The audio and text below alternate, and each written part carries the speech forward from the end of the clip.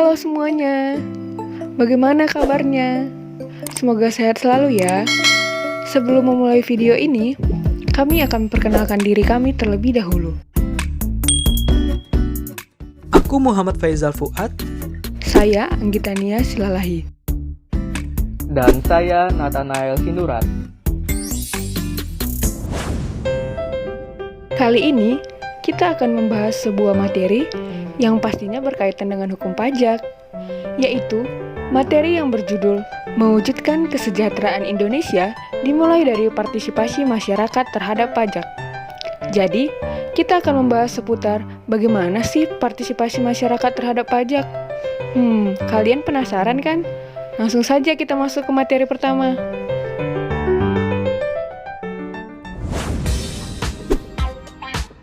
Perlu kita ketahui bahwa dalam pendanaan pembangunan negara yang diatur dalam APBN, penerimaan pajak adalah penerimaan negara yang paling besar.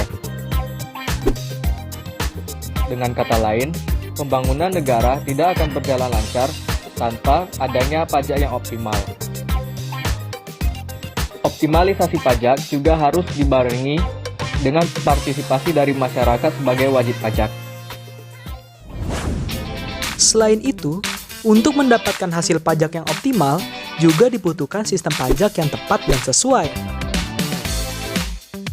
Sebelum membahas tentang sistem pajak, mari kita lihat bagaimana sih sejarah perkembangan sistem pajak di Indonesia. Pada tahun 1967, di Indonesia diterapkan Official Assessment System, yaitu sistem pemungutan pajak yang membebankan wewenang untuk menentukan besar pajak terutang pada pemerintah atau fiskus. Di mana pada awal tahun pajak, untuk keperluan pembangunan, angsuran pajak ditetapkan dengan menerbitkan surat ketetapan pajak sementara. Sedangkan pada akhir tahun pajak, untuk menentukan besarnya pajak yang sesungguhnya, diterbitkan surat ketetapan pajak rampung. Pada dasarnya, sistem ini adalah sistem pajak yang telah digunakan sejak zaman kolonial Belanda. Seiring perkembangan zaman dan pertumbuhan penduduk yang membuat jumlah wajib pajak semakin banyak, sehingga sistem perpajakan ini sudah tidak relevan lagi untuk digunakan.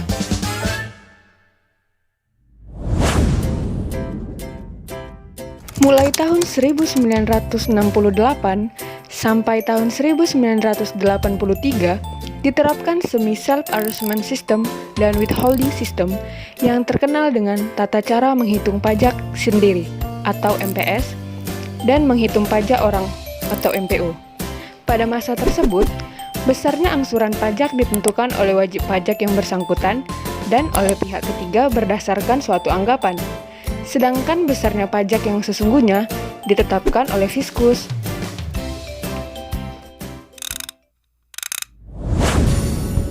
Mulai tahun 1984 sampai sekarang, self-assessment system diterapkan, di mana Indonesia berhasil merubah sistem pajak peninggalan kolonial. Pada sistem ini, wajib pajak diberi kepercayaan sepenuhnya untuk menentukan sendiri besarnya angsuran pajak dan besarnya hutang pajak.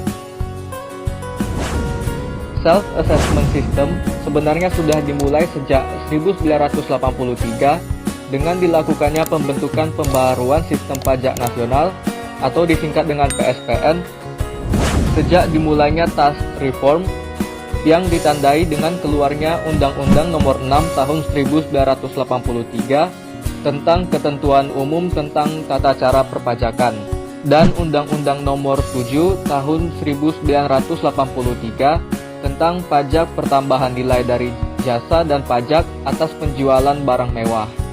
Lalu pada tahun 1985, keluar Undang-Undang Nomor 12 Tahun 1985 tentang pajak bumi dan bangunan, yaitu PBB, dan Undang-Undang Nomor 13 Tahun 1985 tentang Bea Materai. Diubahnya sistem perpajakan ini juga dilakukan dengan alasan untuk mengubah sistem perpajakan agar memenuhi persyaratan ekonomi pasar dengan tujuan untuk meningkatkan kemampuan bersaing secara internasional.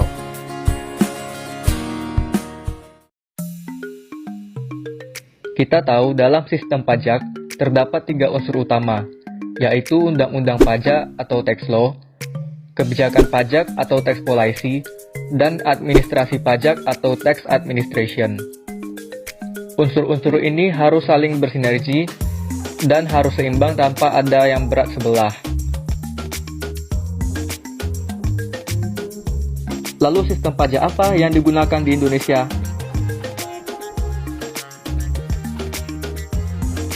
Indonesia menggunakan self-assessment system di mana negara memberikan kepercayaan penuh kepada masyarakat untuk menghitung, membayar, dan melaporkan pajak yang terutang pada negara.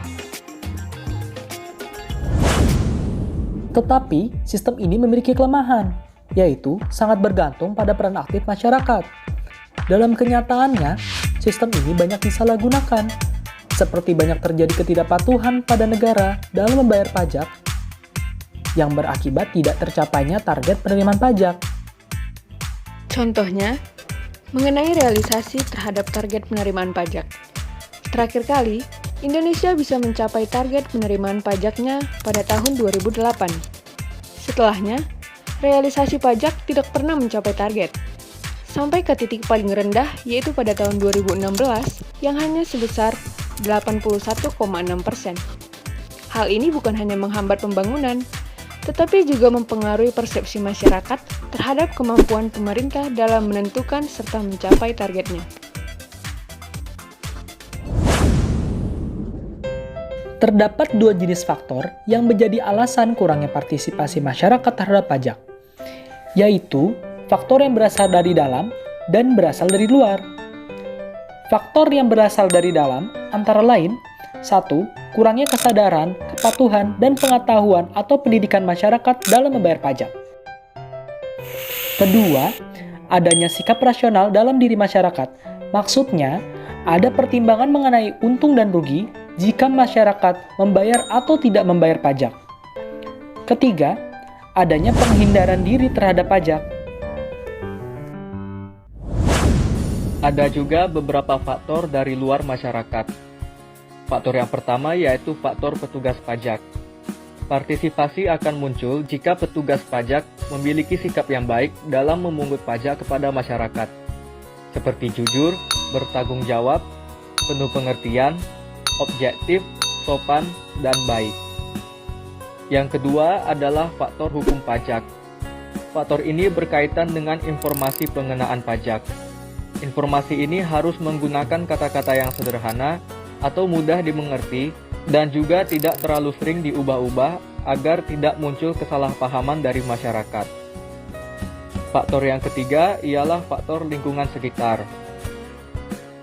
Lingkungan yang dapat menciptakan masyarakat yang patuh akan pajak adalah lingkungan yang dapat memberikannya pengetahuan dan dorongan untuk melaksanakan kewajibannya berupa pajak. Lalu bagaimana peran pemerintah untuk mengatasi masalah ini?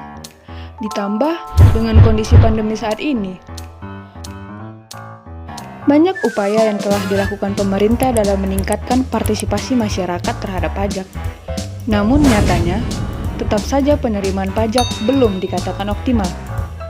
Rencana regulasi yang akan dilakukan pemerintah untuk memaksimalkan penerimaan yaitu dengan cara mendorong pemulihan dan transformasi ekonomi. Pemerintah akan lebih selektif dalam memberikan insentif perpajakan, yakni kepada sektor-sektor yang bisa mempercepat pemulihan ekonomi seperti di sektor industri. Dari sisi regulasi, pemerintah juga mendorong terwujudnya RUU Omnibus Law di bidang perpajakan. Harapannya, peraturan-peraturan yang selama ini menyulitkan wajib pajak akan dipermudah dan lebih bersahabat secara teknologi. Selanjutnya, Menteri Keuangan Sri Mulyani menyatakan akan mengoptimalkan pula penerimaan digital atau perdagangan melalui sistem elektronik yang disingkat PMSE.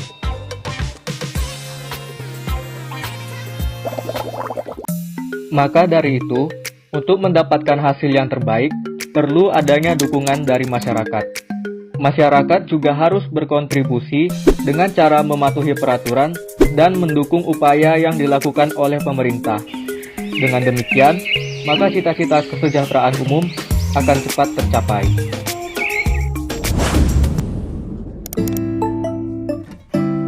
Demikian video singkat yang dapat kami sampaikan.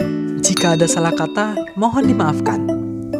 Kami pamit undur diri. Terima kasih dan sampai sampai jumpa. jumpa.